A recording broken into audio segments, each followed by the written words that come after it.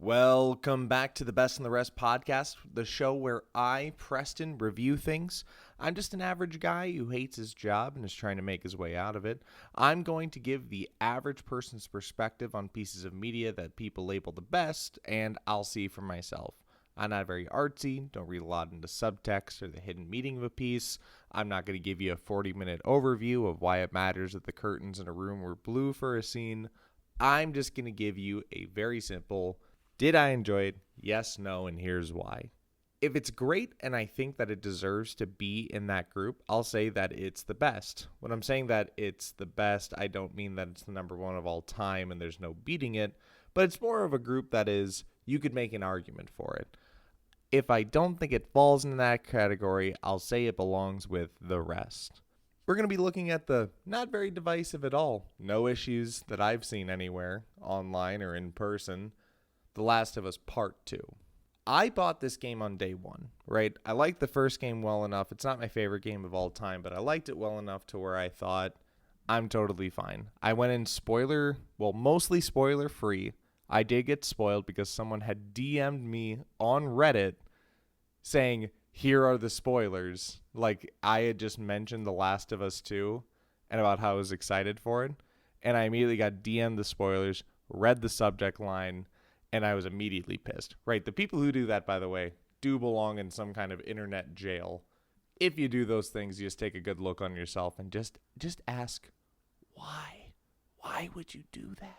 Just know that if I also want to read the spoilers, I'll seek them out myself. So I think that this game had a really tough time because it had leaks beforehand and it ignited just a fucking firestorm. The game got review bombed right away by the user community on Metacritic, even though a lot of critics thought it was worthy of really high praise. That's good enough for me, for people thinking that it is the best ever, so I'm going to review it. Kind of falls into that purview that I mentioned earlier. I will say that if you want me to review your show, movie, game, or whatever, send the request to me by sending it to thebestandtherestpodcast@gmail.com. I know I'm being basic with no domain name. I'll work on it if I actually have anyone who listens to this. Also, please try sending some feedback my way. I'm obviously pretty new to this, and I'm trying to play around with the way that I'm talking about subjects structure-wise. So this might differ from my last review, the one on Avatar: The Last Airbender, which, by the way, you should go check out. So out of the gate, I'm going to say it right away, because last time I kind of forgot until I was about halfway through a point. But there are spoilers in this video. In fact, I'm going to spoil the first Last of Us game, and then obviously the second one. You've been warned. If you don't want to be spoiled, beat it and come back. I'd love to talk to you about it. So first, I'm going to give a little bit of insight into the first game, if you don't know about it and why it matters in part 2. I'll say that I played part 1, but it was years and years ago. I played the remastered version on PS4, didn't have a PS3, did not play it originally, but I did jump on the bandwagon a little bit later on. Next, after that, I'm going to be talking about some very quick overarching story beats in the game, just the main pieces that I would put on a bullet-pointed list. It's a little bit longer than I'd like it to be, but I think that they're all somewhat necessary when talking about the game. And then after that, I'll give you some positives and negatives, and then I'll wrap it up with my final rating of the best of the rest.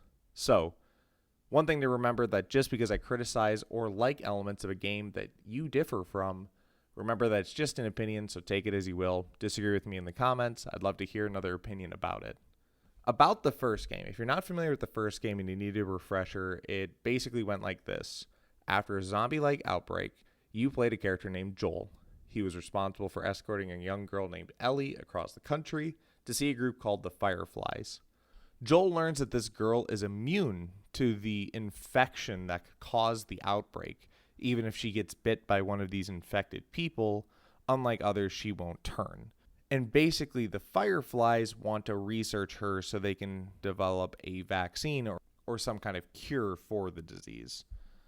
But the issue is that once Joel brings her to the Fireflies, he learns that the only way to actually get the vaccine itself is to kill Ellie. Ellie would die during the surgery.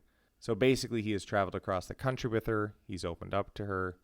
He can't let them kill her, so he breaks into the hospital before the operation, kills pretty much everyone inside, And then Joel lies to Ellie about what happened. He said, oh, it was just some blood work. Don't worry about it. We're all good. Going into part 2, The Last of Us Part 2, the actual second game. This game took me about 24 to 25 hours to beat. There's a lot of opportunities to explore. So I do know that if you aren't really down for exploring itself, you're probably going to beat it a lot quicker than I have. I've seen that some people have beaten it within 17, 18 hours. But for me, I'm more of a walk around until I'm reasonably sure I hit all the major things in a room before I move on. When I'm giving this overview, know that I'm skipping the B and C plots. I am basically sticking with what makes this game, what makes the story this story. So this game shows us that Joel and Ellie, after their encounter with the Fireflies, they moved to Jackson, Wyoming, in a pretty well-established community. A couple hours in the game, you switch to a character named Abby, who's at this point a total mystery. She doesn't say why she's out in Jackson, but we know that they're after someone specific. We don't know who, but you can take a wild guess, especially since they keep saying a he, and this is the second game. But she happens to run into Joel and Tommy, who is Joel's brother, and when they're out on patrol. After escaping some infected, Joel, Abby, and Tommy make their way back to Abby's base with all of her comrades. She and her team immediately capture Joel. They make it very clear that they're pissed with him and what he's done to them, and Abby beats him to death. Ellie sees this happen and swears revenge. You play the first half of the game trying to find Abby. You are Ellie traveling out, Tommy went out ahead of you, and Dina, a romantic interest with you. You're following leads, you're hunting down Abby's friends, you're kind of doing some sick stuff. You start torturing information out of them, or you get the sense that Ellie has really fucked these people up before she kills them. And you're dodging two groups, one of which is called the WLF, which is a faction that Abby is now a part of. WLF gets called Wolf, just as a quick shorthand way to say it. And then the Scars is the other group, a cult that's taken over an island in Seattle.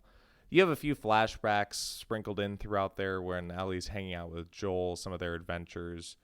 Ellie eventually learning about the actual situation that went down with the Firefly Hospital and how Joel killed everybody.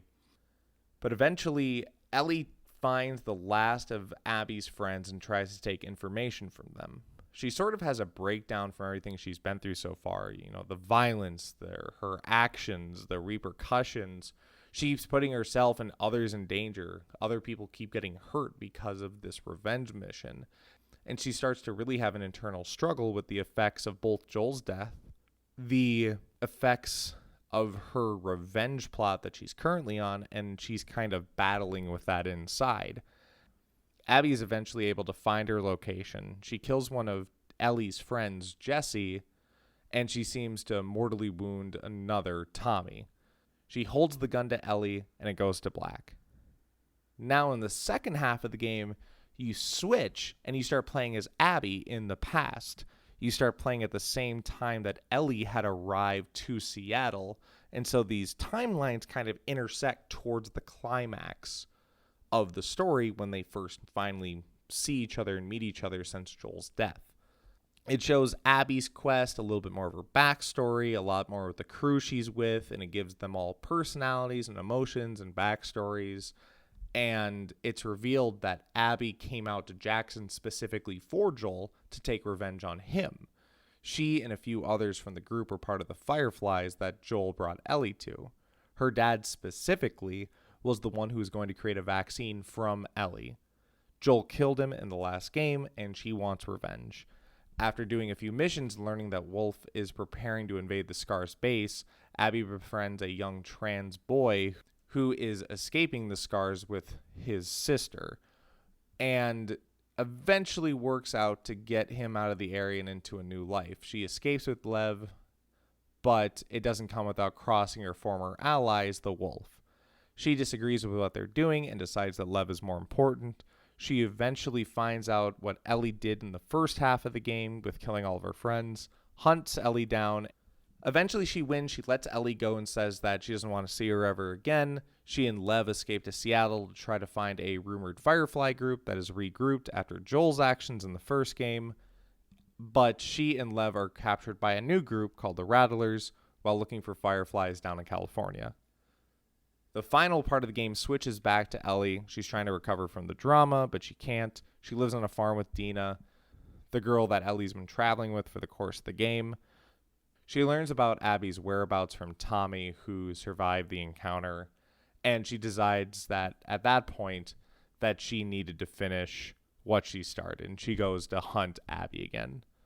And Abby is now in Rattler hands, and so she actually breaks into the Rattler camp. She frees Abby from the clutches, and they have one last epic fight. They're both wounded and weak, and while they're in their scrap, things get really ugly. Abby literally bites off two of Ellie's fingers, her pointer finger and her middle finger, from her left hand. Even though that happened, Ellie eventually gets the upper hand, but instead of killing her, she lets Abby go.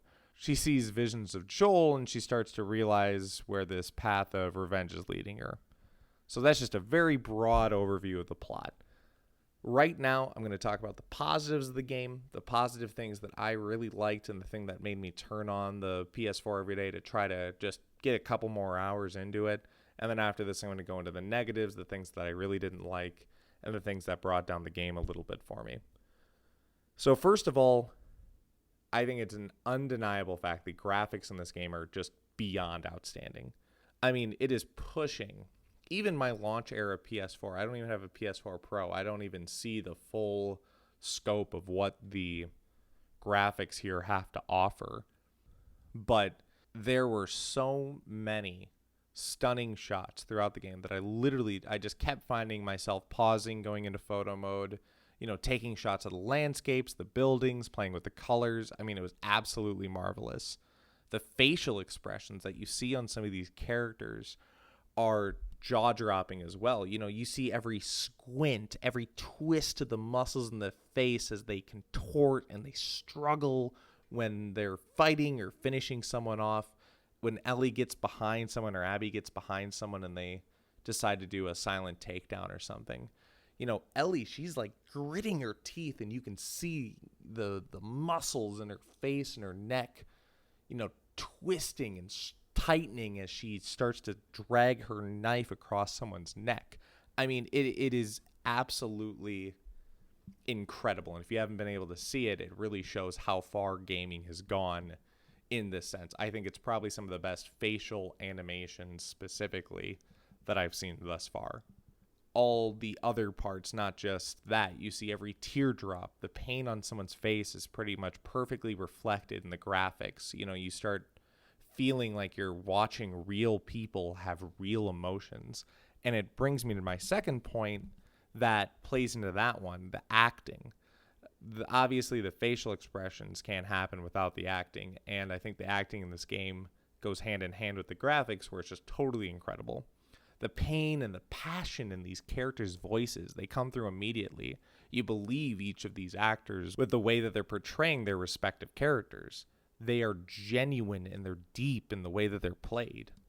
Your heart breaks when their heart breaks. You laugh when they're having fun. It's just absolute excellency that is brought to life on your screen. I mean, it is absolutely impressive that you find yourself drawn in when these characters, these fake people, are having emotional moments. It is really a testament to the actors who were in this game.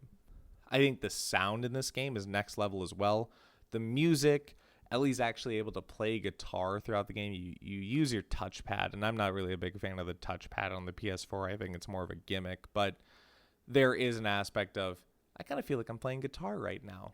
Not really, but I can dig it. I can see what they're going for, and I kind of like it. It's fun, especially when you pull off a quick succession of notes, and it sounds like you're putting together actual music. Like, it's a lot of fun at some points. Along with that, there's sound mixing things with the effects of you walking through a forest or through a concrete jungle, the weather as it's pounding against the side of the building you're in, the wind howling when you're really up high. It really draws you into the moment. I think it is an absolute great example of the way that sound can be portrayed in this art form that is gaming. I think the gunplay and the shooting in this game is a drastic improvement from the first, along with stealth. There are so many more options to sink your teeth into.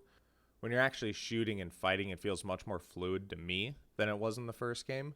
I think that the shooting in the first game needed a major facelift, and I think that this was just the recipe to make that happen. One of the things I was super happy for, because I don't think it happened even once in Ellie's story, it might have happened a couple times in Abby's story, but I'm so glad that every building wasn't solved with, well, hey, let me prop you up here, or, oh, hey, you better find a ladder, or a wooden pallet for Ellie to float across a river on while Joel has to, like, be underwater and pushing it all at the same time. That, at least to me, stood out as one of the major faults of the first game, and I'm glad they were able to kind of put that to the side and come up with more creative ways in some senses about entering buildings. I have a little bit more on that in my negatives, but as of here, I'm glad they got rid of that, at least to me, major sore thumb of the first game. There were a couple really good moments in the game that I liked. The first one that comes to mind, even though I'm a gigantic scaredy cat, I do not like horror at all whatsoever. I am just a giant pansy when it comes to it, fully admitted. But the basement of the hospital, when you fight that giant infected mess of a creature, it was unreal. It was so cool. It was like Jaws plus a zombie outbreak plus something that you can't kill. I mean, you know, you're sitting there trying to turn and you're shooting at it and you're like, wait, that's not working right now. I have to keep running. You're just pounding the square button trying to break down a door so you can escape from the creature. I mean, like, it amps the tension up to 11 as you're just running for your life. You do feel it. One thing that I actually really loved about the game, and this isn't a comment on the story at all, but it's more of the fact that you are able to play as Abby and you're able to see her perspective. I think that one thing that the game does really well is showing you that everyone is a hero of their own story. I think there's an old saying of there are no villains sitting in their rooms rubbing hands together. It's basically just people that are doing things that line up with their goals, and the hero is someone that happens to interfere with those goals, or the protagonist that interferes with those goals. This was a perfect example of that. Abby wasn't just a person who decided to kill Joel for no reason. There was a very legitimate and a very understandable character motivation that brought her there, taking revenge for her father. She wasn't just setting up a trap and waiting for people to come around and it happened to be Joel. There was a character motivation and purpose for it. And I think that because of this aspect, because of this effect, the second half of the game really starts to shine because it shows Abby's connection to the people in her group. You hang out with people that you, who earlier played as Ellie, killed in the first half of the game. These people are no longer faceless people that Ellie kills. You start to think back and you go, I remember Ellie killed that person, right? But then now you learn things about that person, and it just gives these characters so much more depth. And it basically turns it from a normal game of saying, okay, those are Abby's friends, I have to kill them. But now, since you start playing as Abby, it gives you an opportunity to say, okay, that person that I killed was named Owen, and he has a backstory and a relationship with Abby that hits a lot of points. He's fleshed out. I know a lot about this character. I know his motivations. I know what he's about and why he got here and how he got here, right? And that's really good storytelling. That is an absolute excellent thing. It's not just a flashback where you see something about Abby. You get to play as her and in her life and how she interacts with the other people of Wolf and the people that were former Fireflies, and her trying to take revenge and all those people that are with her to take revenge. It was just really good because you come across a murder when you play as Abby and you get to experience both sides of the coin. Ellie getting that vindicating moment of taking revenge, and the other side, Abby feeling grief for that person. When it comes to this story, I liked it for the most part, although I had a few issues with it towards the end. I'll cover just the positives for right now, but the negatives are coming in the next section. I think that things make sense in this plot from an overall standpoint when it comes to how I would expect characters to act, minus one part of the ending that I think could have been fleshed out. It makes sense from the characters that we have seen that the Fireflies would want revenge for what Joel did. And while it sucks that Joel died, I love Joel. Joel is absolutely a guy that just while being on screen, you know how much he's gone through, you know how much he's lost, and you love him. If you were to play a game that didn't have any kind of consequences for actions, I would have actually been much more disappointed in that than anything else. You can't just leave this thread hanging of, yeah, this man basically destroyed humanity's last hope of how to fix this issue because of how much he cared about Ellie. And granted, he did it for good reasons. I would have done the same exact thing in Joel's situation. I think about family members that I have where I deeply care about them. I love them. But if someone that I loved and cared about were in the situation that Ellie was in, and if I was told that their life would have to be sacrificed for this, sacrificed preemptively, it just wouldn't even be on the table. It's not even an option. Don't waste my time with that shit, right? I would have done the same thing that Joel did, but the thing is that Abby's group has their own motivations, and when Joel kills her dad, if you knew nothing about Joel and Ellie, let's say you played the first game as Abby, this man comes in who you don't even know, kills your dad, and escapes with the one person who could have created an actual cure for the world. You would want revenge on that person. And that's exactly what I want when I'm playing a game. I want the realism of the situation. I would probably want to make that person suffer as much as possible, which is exactly what Abby did. They took something from you and you wanted revenge. The people in the game act exactly as I would expect them to.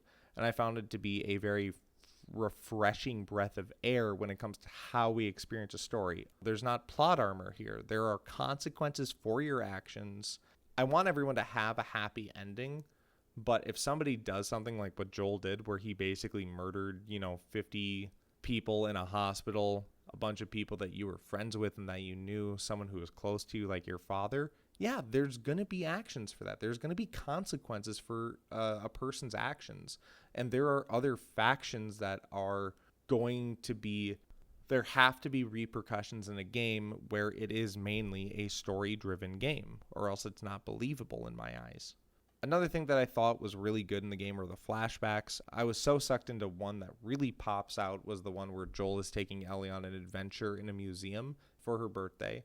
He was researching things. He was trying to be the fatherly figure to her that he wasn't able to be, the Sarah, his daughter that died in the first game. And it was exactly what I hoped for. You're playing as Ellie, you come across the T-Rex that's out in the front yard of the museum, and Joel he's so excited that you're excited. I went up to the T-Rex and I was like, I'm going to be super pissed that they don't let me climb the dinosaur. But my worries were for naught because I climbed the shit out of that dinosaur. And then I was able to explore the rest of it, and you're able to have a really, really deep moment where these characters are forgetting about the shitty situation they're in and they're just living for each other. Another thing that I liked was at the very end when Ellie tries to play guitar, but because of the missing fingers from her fight with Abby, she can't complete the song that Joel taught her. It's kind of like a literal representation of revenge will take something from you that you wouldn't have expected, or something that you weren't ready to lose. And it was pretty much, like I said, the most physical and literal way possible. And I thought it was a smart story choice to do that. And it really hammers home what Ellie's choice was. Again, I'm going to get into that part specifically in the negatives, but I think that part itself was good as a kind of wrap-up follow-through for the game. Okay, so on to the negatives. I think that the positives in the game were pretty good. There are points that I really, really am going to just fanboy about for a little bit, but there are negatives in this game that are weighing down the game for me in total in a very big way. And I feel like it really sucked the air out of the game for me when I got to the parts that I didn't like. One of the things that I really, really don't like in The Last of Us formula are some of the gameplay elements. Some of them are carryovers from the first game, like the way that encounters are set up. You know that if you see a door in a building, don't even waste your time going near it. It's not worth your time. It's not worth the time you're sacrificing to get further in the game. You know it's going to be locked or jammed or boarded up every single time, right? I literally started just walking past doors instead of trying them because they were too obvious, because I knew they would be locked. And then I'd go back going, well, just in case, maybe they mixed it up. I don't want to miss anything. And then it'd be locked. And then I'd kick myself for just wasting my own time. It is never easy to enter a building, and maybe that's the point. Maybe it makes sense from a lore perspective that everything would be locked up during a pandemic. But just after the 400th building, you just start to get so sick of it, where you just sit there and go, okay, yeah, I get everything's locked, but I've done this 400 times. You know I can get into the building, so just give me a fucking break once in a while, right? It just eventually starts to feel more like a time filler than it does anything else. Like the game, like I said, took me about 24 or 25 hours to finish, but I feel like I could have got it done in 20 if I wasn't just running around the whole fucking city trying to find a broken window or a broken wall or something like that. Again, I get it from a lore perspective, but there's some point where, I don't know, reward me for doing it 399 times and give me the one pat on the back of, yep, I don't know, glass is broken on the front door, you can just climb right in. That would have been very, very nice. But that just pretty much never happened. There were either no doors or they were boarded up to shit and you had to climb in somewhere else. So I don't know. That was just a point that I was just annoyed with, especially when you're playing as Abby, because you've gone through 15 and 20 hours of doing this and you're just sitting there going, just give me a fucking break just for once. I want to finish the game, right? Another thing that I don't like is that you can see encounters coming from a mile away. There are so many points where you can just look down at an area and you go, okay, there's going to be enemies down there. If you're looking over a ledge that's too far to climb, if you fall, you know 100% of the time in a Naughty Dog game that there are going to be enemies there. 100% of the time. I'm going to have a fight on my hands no matter what if I fall down that hole or I fall off that cliff or that ledge or whatever it is, right? You can see it coming from a mile away and it's kind of just annoying. You know you're going to get attacked 50% of the time when you squeeze through a narrow passage or door or something like that. And it stops becoming surprising and it starts just becoming annoying where you're like, okay, there's a tight passage I have to crawl through. Let's just get it over with because an infected is either going to tackle me halfway through or as soon as I pass through the door, somebody's going to ambush me or I'm going to get tackled and I have to press square 10,000 times to try to get out of it.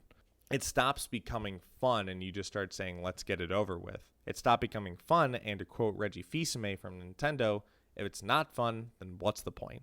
And I could not have felt that harder when it came to some of those gameplay mechanics. Now, I had mentioned this earlier, but there were some story elements that I didn't like. There are a few points where I thought, like, that just doesn't make any sense. Like, in the world that you've given me, it doesn't make sense that X is happening. For example, when you're playing as Abby, at the very beginning, you go on a mission with Manny and Mel is pregnant. You just sit there and go, why is a pregnant woman coming on patrol with us, right? It's not like she just took the test today. This lady looks like she's fucking 40 months pregnant, and there's no way that someone in charge of her group would say, yeah, go out there, show them who's boss, really get in the grime in there. You know, it really go and get your hands dirty. That'll be great. Show those infected or show the scars what's up. It's like, try to be realistic in the situation. I realize it's so you can get more FaceTime with Mel and her character and learn more about her, but it just seems fucking insane. I know there's a line of Mel saying of, oh no, they didn't want me to come out here, but I fought for it and I'm okay. And that's where, if I was the leader in a post-apocalyptic world, I'd put my foot down. It's like, no, you're going to get injured. It might harm the baby if you have any kind of injuries, right? And the future of what we're doing here, your safety, the baby's safety, that's all at jeopardy if you go get shot or if you get turned by an infected. I mean, she literally gets shot partway through the mission and they ask about the kid right away, as expected and as I'd hoped them to be. And it turned out to be fine, but it just felt like it was unnecessary to put in the game, especially since we already have Dina on Ellie's side, who's pregnant and still kicking ass. But since she just, found out, she's not really showing yet, she's still pretty physical and able to move. It just seemed like, I just feel like when you have Mel, you just don't believe it when she's like waddling from car to car sometimes. And that might be a little bit mean. She wasn't quite waddling, but the point still stands where you're like, come on, just let's not have this. It's not realistic and I know it's not realistic. One thing I wanted to talk about was towards the end of the story when Ellie spares Abby at the end of the game. I don't think that it's bad on principle. And I know a lot of people disagree with that. I know there is a very significant chunk of people who just totally, in every way, think that's the dumbest shit ever and should have never been in the game and that Ellie should have killed Abby, right? I don't think it's a bad idea on principle, but I think that the way it was presented in this story needed a bunch of work.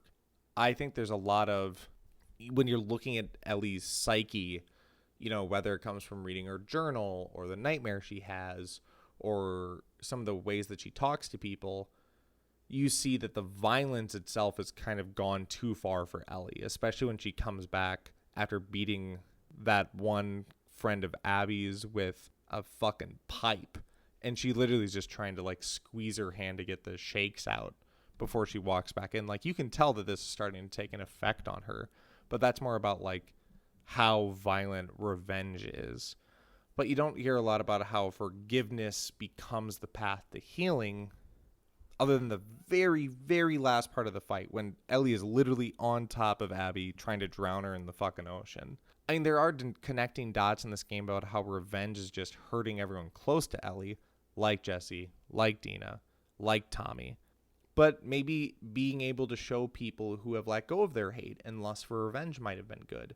Maybe it was good to meet somebody who's gone through that, or Dina having an example of how she overcame that, or maybe even Ellie saying, yeah, I did feel better after I forgave that person, even though they did something that I know I won't like them for.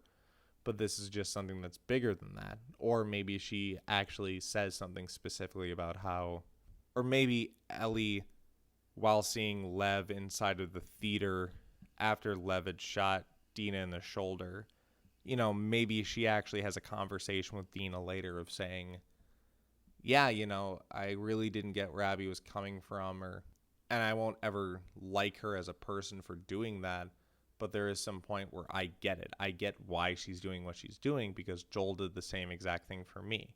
She didn't say that, and so you're kind of sitting here going, well, this whole forgiveness thing kind of came around the corner at me.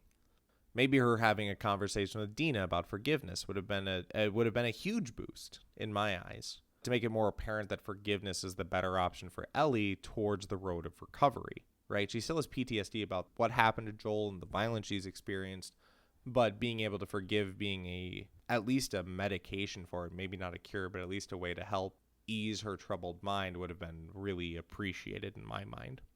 And I know some people are angry that Ellie said she was going to go for revenge, but then she didn't take revenge on the one who took Joel away from her. But in my mind, characters are more of a roller coaster, right? I didn't mind that too much. I don't think that's necessarily a negative.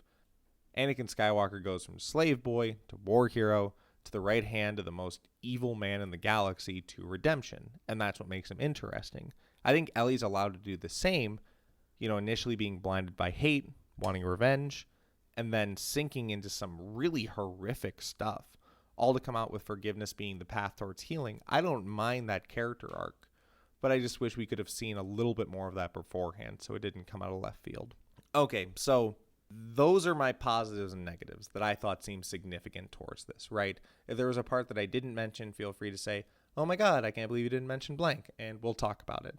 So with this game, I also feel that people would not have hated it as much if the leaks didn't pop up. I think if the leaks didn't pop up, I think some people would have not already been set in the mindset of, I'm going to hate this when it comes out, right? Because seeing bullet point spoilers doesn't give you all the context. And in my mind, personally, I think that makes it so you aren't going to give the game a fair shake. Maybe you did, maybe you turned, maybe you still played the game and you still hated it, whatever, that's totally your prerogative. But at least in my mind, I know that if I had something like that, and I went into a game ready to hate it, and then I play it, I'm probably going to end up hating it. So it seems like the game doesn't even get the chance to try to impress you with all of the things that I think that are really good in the game.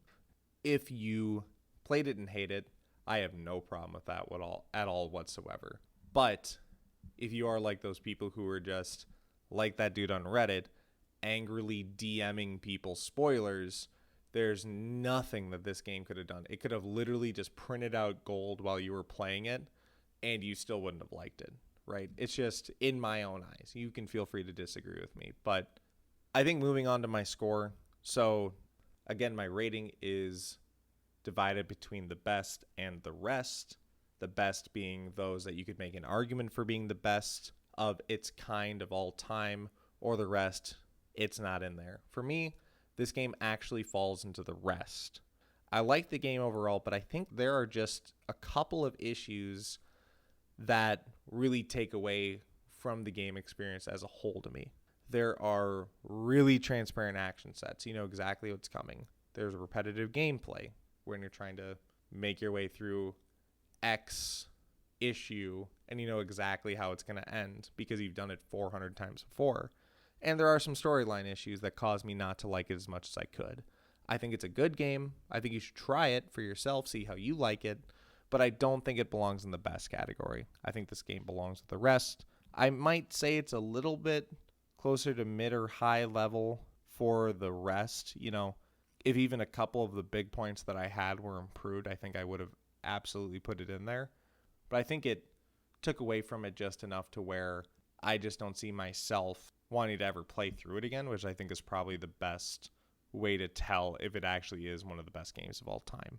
So that is the show for today. I really appreciate you coming by to listen to it, whether it be on SoundCloud or whether it be on YouTube. Still trying to get old iTunes to work, but there is some hurdles that you have to go through as a producer to get something uploaded there. It's just like, and I know that last time I had said this is going to be weekly.